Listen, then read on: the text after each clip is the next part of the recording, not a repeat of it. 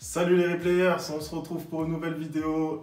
Je sais tes matchs, hein, je sais tes matchs pour Arsenal, voilà, tout simplement. Franchement, c'est pas gentil ce que tu fais là, c'est pas gentil du tout. En tout cas, ça fait 6-0 pour les Gunners qui ne font qu'une bouchée malheureusement des Lensois.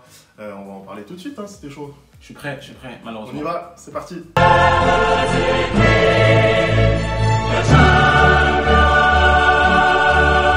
Allez, on va commencer ce débrief d'un match vraiment à sens unique. Les Gunners qui déroulent face à cette équipe de Lens. Et ouais, Lens. le miracle n'aura pas lieu. Le miracle n'aura pas On y lieu. croyait, Le tuléisme, on n'est pas mort. On y croyait. Ah on y croyait. non, mais vraiment, les pauvres Lensois, Franchement, j'ai cru jusqu'au bout. Je me suis dit que ce soir, Lens va sortir une prestation incroyable. À peine j'allume la télé, je zappe un peu, but. Toi, t'as regardé bien le match, Rémi. Qu'est-ce que t'as pensé vraiment de la prestation de Lensois ce soir? Écoute, contrairement à ce que le score peut laisser penser, je les ai pas trouvés si catastrophiques que ça. En fait, je pense que ils ont pris la vague terrible en fait, en milieu de première période qui fait ce score. Mais quand on regarde d'un petit peu plus près le match, on se rend compte que voilà, les Lensois n'ont pas été ridicules. Bon, déjà, Ils ont pris quand même 4 buts en 15 minutes. Non, mais bien sûr, on va pas. Voilà, c'est compliqué en Ligue des Champions. Après, quand ça défile comme ça, Ouais. t'es pas en confiance. C'était vraiment pas leur soir. Voilà, c'était pas leur soir, donc je pense que ça allait très très vite pour eux. Mais voilà, en tout cas, ils se présentaient dans une équipe classique avec cette attaque, justement, Wai, Sotoka, Fulgini, Ouais. avec bien entendu le système A3. Moi, je pense que justement, par rapport à ça, on pourra en parler. Je pense que Franck Hez, là, il a manqué peut-être de souplesse tactique parce que au final, il veut conserver ses principes de jeu, ce qui est louable. Après, tu vas à l'Emirates Stadium, voilà, tu as une équipe qui est pas d'Arsenal qui comment dire, sait que voilà, elle a perdu. Elle est revanchard. Pour le coup, elle est revanchard. c'est ça, être revanchard. On va revenir encore sur le match de Paris, mais bon. Donc je pense qu'il y aurait pu y avoir des choix différents. D'autant plus que voilà, eux, Arsenal, ils ont mis l'équipe type. Après, était là. Après, le gars, il veut mourir par et pour ses convictions. Et moi, ça, j'applaudis. Je suis désolé. Moi, ça, j'applaudis. Surtout quand tu vois que cette équipe de Lens a eu le mérite de gagner à Bollard contre cette équipe d'Arsenal. Personne ne l'avait prédit, ça. Là, il vient ce soir et il essaie de jouer, en fait. Tu vois, il essaie de jouer. Il vient pas forcément, comme on a vu les équipes françaises les dernières années. Je mets Paris à part. Je pense les deuxièmes qui étaient qualifiés à chaque fois, qui avaient un peu peur, tu vois, qui ne voulaient pas forcement jouer. Je ne veux pas citer Marseille. Tu peux les citer. Voilà. Mais là, pour le coup, je suis désolé, mais cette équipe de Lens vient à l'Emirates en ayant un plan de jeu, certes, qui capote totalement parce que dès le premier but, pour moi, c'est un but où tu vois clairement que l'espérance de la Ligue des Champions, il manque de concentration, tu vois, il manque de concentration et c'est pas normal en fait, c'est pas normal. En fait, effectivement, moi j'ai trouvé sur le premier quart d'heure, même si Arsenal voilà, a dominé, bah, en fait il y avait une réponse de la part des Lensois, c'est-à-dire ils étaient très proches du porteur du ballon, le pressing était bien articulé, ça coulissait très très bien. Voilà, et en fait il a suffi d'une erreur, en fait, d'une double erreur pour moi, parce que au final c'est deux erreurs, parce qu'il y a la tête de Abdoul Samed plus Kevin Danso qui fait pas le nécessaire et qui ne va pas jouer le duel face à un Gabriel Jesus qui fait deux têtes de moins que lui. Donc, je comprends même pas comment il arrive à mettre la tête en fait. Effectivement, voilà, c'est cette erreur-là qui les précipite vraiment, et c'est à partir de là qu'effectivement après Arsenal déroule et que l'engrenage s'installe. Après voilà, au niveau des prestations individuelles quand même, côté Arsenal, je trouve que voilà, il y a quand même du positif à tirer pour eux, parce que en face il y a quand même une bonne équipe de Lens. Moi j'ai quand même envie de mettre en lumière la prestation de Kai Havertz, parce qu'on l'a énormément. Donc là, celui que tu veux mettre. En fait, moi j'ai compris. Moi j'ai compris Femi dans cette chaîne. Femi dans cette chaîne, son but c'est de monter ma tension. Hier c'était Colomani, aujourd'hui c'est Kai Havertz. Donc lui il prend les gars les plus nuls de toutes les équipes.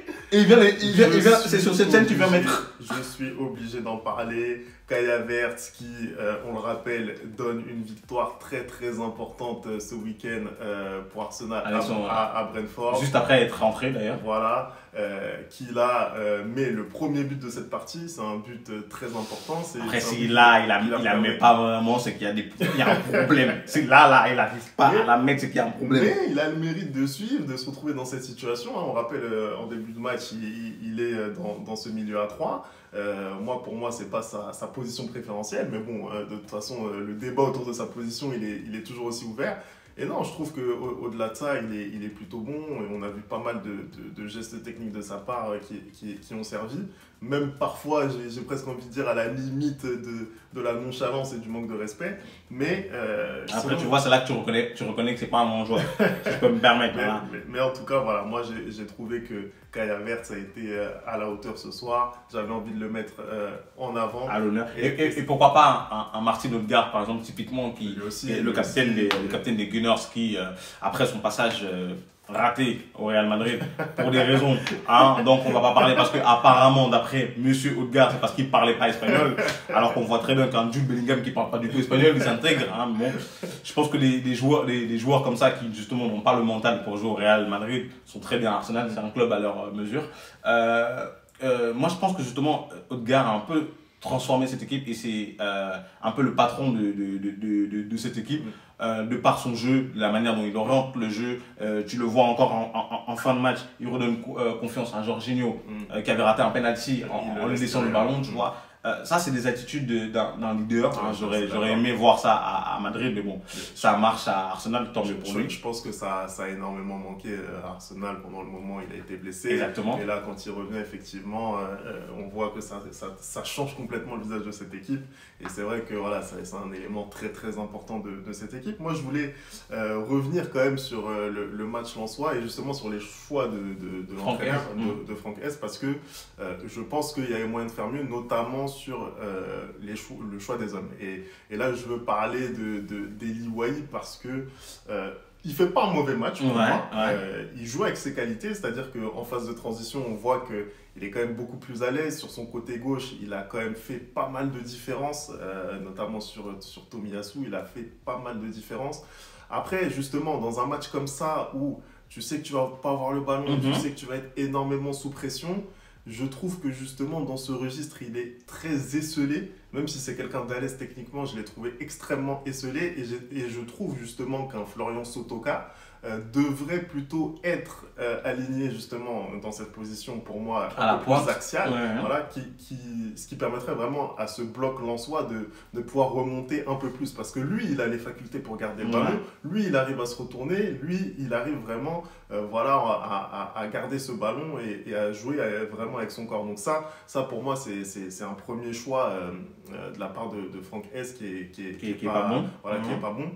Après, l'autre individualité, moi, que j'ai envie de critiquer un petit peu, c'est Danso. Danso, parce que il passe complètement à travers.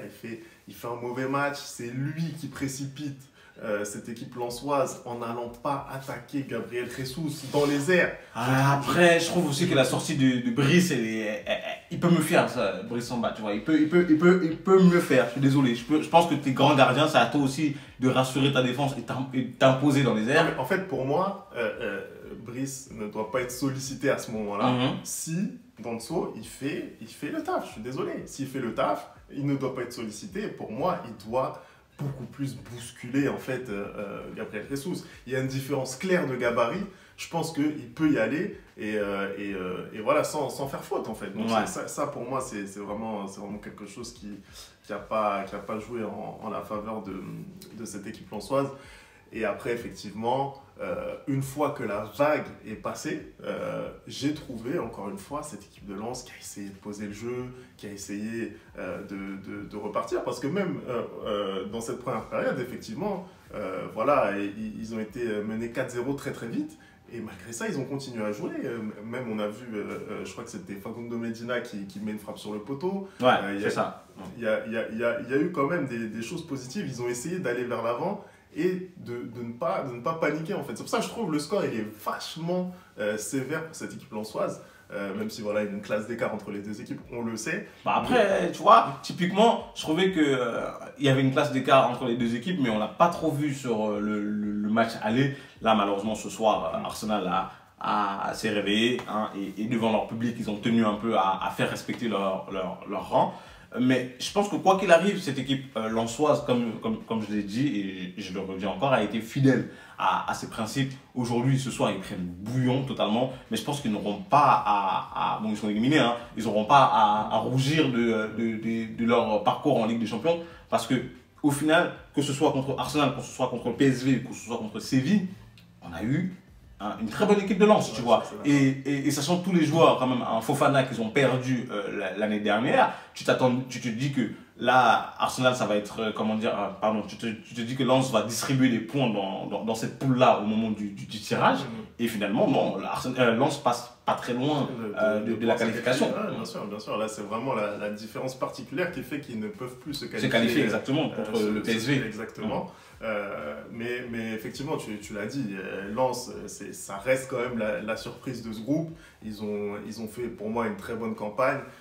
Effectivement, voilà, ils peuvent plus se qualifier, mais bon, ils ont connu un début de saison quand même très compliqué en championnat comptablement, hein, parce que je trouve quand même que dans le jeu, il y avait quand même ce qu'il fallait. D'ailleurs, ils sont très vite remontés parce que là, je crois qu'ils sont 6e du championnat.